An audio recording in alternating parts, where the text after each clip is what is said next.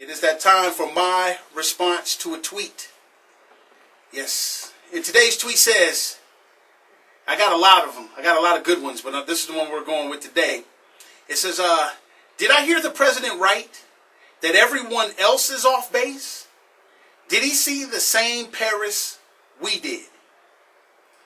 Did I hear the president right that everyone else is off base? Did he see the same Paris we did? Wow. Well, here's my response. Yes, he's seen the same Paris we did.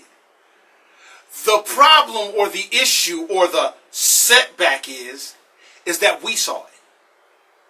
He's seen the same Paris. The problem is we saw it. That was a monkey wrench into the president and these Democrats and these liberals' system they wasn't expecting us to see. And then at the last notion, they were hoping that we would have seen that it just been some homegrown terrorist and not seen the Syrian passport on just one of the assailants. So he articulated it was everybody else saying terrorists, let's go get them. Paris, let's go get them. Russia says, I got you. Let's go get them. They blew up our plane. We didn't get the uproar when Russia happened, but we seen Paris. And so he had to acknowledge it was a setback. Because when the plane got blew up in Russia, there was no Syrian fingerprints on that. But there's Syrian fingerprints on the Paris one. And since we saw it, you have to understand that the president's ball was already rolling with the Syrians migrating or being refugees coming to our country. It was a setback for his liberal agenda. Let's break it like this. When that thing happened in Paris, we immediately said, hold up, wait a minute, wait a second, stop this. Oh my God, no. Not here. These people need to be vetted. Don't forget there's some that's already here. Don't forget, now they threw out this 2-year vetting system. They have been vetting Syrians for 2 years since the first ones came here. See, they wasn't expecting us to see what happened in Paris. Now it's got us looking at what's happening right now. The governors are saying, no, hold on a second, stop. Our security comes first. Now, here's the funny part. Remember when the Christians got killed in Oregon? The president came out and said, we have to politicize this. We have to get Democrats elected off of the brain splattered of Christians, American Christians. We have to politicize this thing. But now when it's coming to these Islamic terrorists and potential Trojan horses coming from Syria, now all of a sudden the president's saying we shouldn't be politicizing this. So Americans die and get their heads blown off, and we should politicize that. But nobody's been killed by these Syrians yet, and we shouldn't politicize that. See, Paris, he was hoping we didn't see it. So now he's trying to call for us not to politicize it, and this and that. He's trying to say, now, for the first time since he's been the president of the United States, now he's screaming, but American exceptionalism makes us an exceptional country, and we never turn anybody away. I'm telling you, this dude did not want us to see Paris. It was a setback on so many different levels. And then now, what is taking place is the president's trying to say, why are you guys so off base? Here's your answer, Mr. President. The people that you're bringing in here, oh, matter of fact, before I go there, he might even try to equate them to the illegal immigrants that come in from Mexico. We all know they're illegal, and we don't want them to be illegal, and we want to send them back, or whatever kind of notion we have with this. But here's the difference between your Mexican illegals and your imported Islamic terrorists. See, the illegal aliens come here so they can go home one day, so they can make money and send money home. Your potential Islamic terrorists, they buy one-way tickets, sir. They don't try to go home. Whatever's going on at home is promised to be taken care of by the imam or whatever Islamic radical that's converted them to go in there and die for Allah. They're not trying to go home, bruh. They're trying to go to that place where they get 72 virgins. And so when the 9/11 terrorists happened, they bought one-way tickets. But now our president and the State Department is trying to buy one-way tickets. They only go one way, bruh.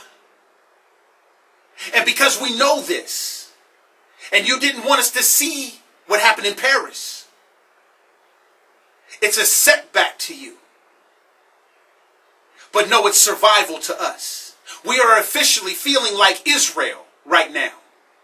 We are officially feeling like zero tolerance. No, we have to close our borders. We have to close down what you're doing with this thing until these people are properly vetted. Yes, thank you, Paul Ryan. We have to add time onto the vetting process because just like Israel, our survival is going to count on it. These guys buy one-way tickets. See, this is something that the president doesn't appreciate about Americans. We always try to go home. Our soldiers go overseas to war or wherever trying to come home. Radical Islam does not think that way. They're not trying to make it back home. And then our brilliant, most wonderful emperor, leader, whatever you want to call him, is now fighting to give Iran $150 billion. Bring in over 100,000 potential Syrian ISIS Islamic terrorists. And what takes care of them back at home? A promise that their family will be financially taken care of and they'll be able to have most sex than a little bit in the afterlife. And our president is making sure that at least the financial aspects of their families are taken care of. He's giving Iran $150 billion. He's having the taxpayer buy these potential ISIS one-way tickets. And now that we're saying, no, we are not going to fund our own demise, and no, we do not want you to even help facilitate our own demise, now we're not being exceptional. Where was your American exceptionalism when you was out there trying to politicize Christian Americans being killed? Where was your American exceptionalism when that Hispanic killed that American over in San Francisco? Where was your American exceptionalism when you was endorsing Black Lives Matter? When their movement is based on a lie, hands up, don't shoot. Where was your American exceptionalism when it comes to the American or Christians being slaughtered by the buckets and everybody was saying, you're a Christian, Mr. President, why aren't you helping Christians? Why does it seem, where's your American exceptionalism when you're abroad seem like telling people that we're the ones that's screwed up? You're the president of us, we the people, and you got everybody else thinking Americans are screwed up and you and the liberals are the only sane thing going on. Where is your American exceptionalism there?